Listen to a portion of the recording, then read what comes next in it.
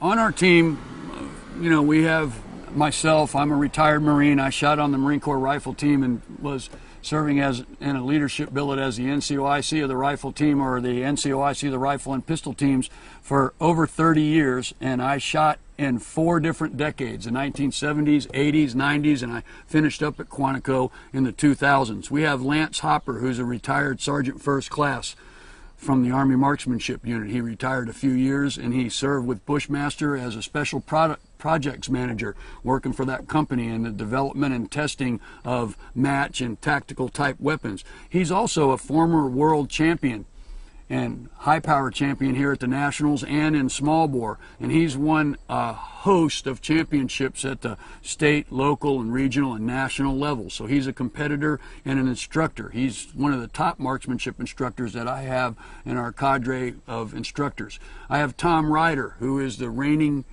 national iron sight long range champion. He won the coveted Leach Cup last year in competition. He is a master cabinet maker that used to shoot on the Army Reserve team years ago. He's in his late 40s now, and he's been shooting with Remington for a little over a year, and he is the Pennsylvania state champion this year.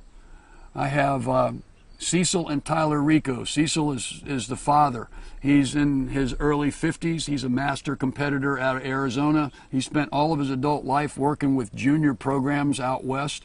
And his son, Tyler, who's 16 years old, is won a myriad of local, state, and regional events, not only in high power, but in air rifle competition, small bore competition, and in high power. Tyler's 16 years old, and he carries the highest average on our rifle team right now in high power.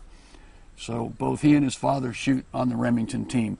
I have Matt Labonte, who's a former Marine sergeant that works as a contractor at the Precision Weapons section at Quantico, Virginia. He's a match armor, and so he's the one that provides some of the limited armor support for Remington. I have Dan Dutzman, who is a staff sergeant on active duty that's getting ready to be medically retired from the Marine Corps, and he and his son Theron, who's a junior champion, both shoot individual and team competition with Remington. In the past, I've had several females that have shot on our team. I had Amanda Elsenboss, who was a junior champion shooting on the Remington team, and she recently was accepted and inducted into the United States Army, and she's one of the top competitors now with the Army Marksmanship Unit.